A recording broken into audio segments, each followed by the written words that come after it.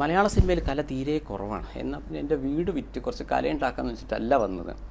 എനിക്ക് കൃത്യമായിട്ടുള്ള ചാർട്ടിങ് ഉണ്ടായിരുന്നു. സാറിൻ്റെ ഓരോ ചോദ്യത്തിനും ഉത്തരം തരാം.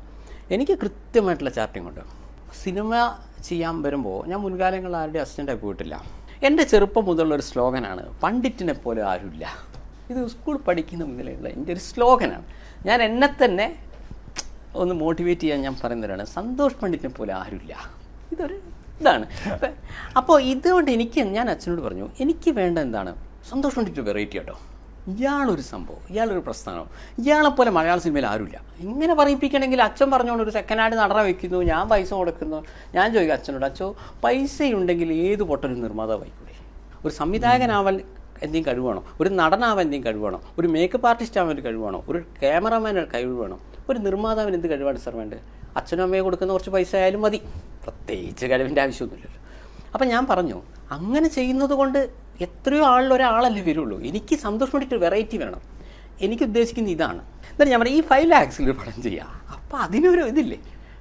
നിന്നെക്കാട്ട് കഴിവുള്ള അമ്മമാർക്ക് പറ്റിയിട്ടില്ലടാ, പറ്റും തോന്നില്ല എന്ന് പറഞ്ഞാൽ. അപ്പോൾ എനിക്ക് അവിടെ ഇത് കിട്ടിയില്ല. അച്ഛനെ ആ ഒരു രീതിയിൽ കോൺഫിഡൻസ് ഇല്ല.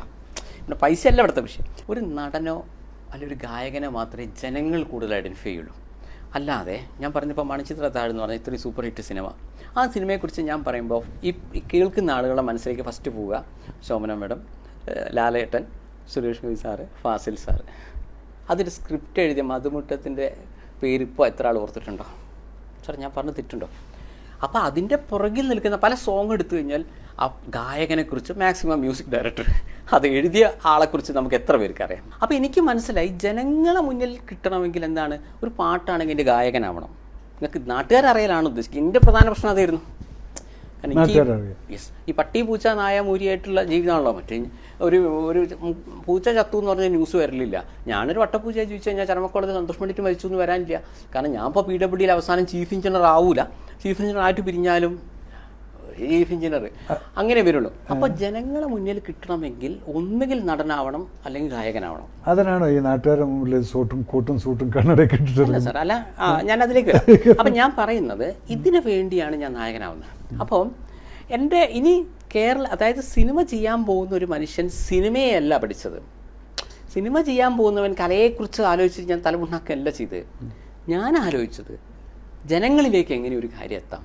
എനിക്ക് പൈസയ്ക്ക് വിലയുണ്ട്. സന്തോഷ് പണ്ഡിറ്റ് കഷ്ടപ്പെട്ട് GPF-ഉം മറ്റു കിട്ടുന്ന ചെറിയ പൈസയ്ക്കൊക്കെ പെൻഡിങ് വെച്ചിട്ടാണ് ഞാൻ ഒരു സിനിമ എടുക്കുക. അപ്പോൾ എനിക്ക് സിനിമ പൈസ തിരിച്ചു കിട്ടിയേ പറ്റും. സാറെ ചോദ്യത്തിന് ഉത്തരമാണത്. എനിക്ക് പൈസ തിരിച്ചിട്ടു അറ്റ് എനി കോസ്റ്റ്. അതേസമയം ഞാൻ ആരെയും വേദനിപ്പിക്കുന്നില്ല. ഞാനിപ്പോൾ 10 സിനിമ ചെയ്യുമ്പോൾ അതിൽ ഒരു സീനിൽ പോലും ഞാൻ ആരെയും വേദനിപ്പിക്കുന്നില്ല.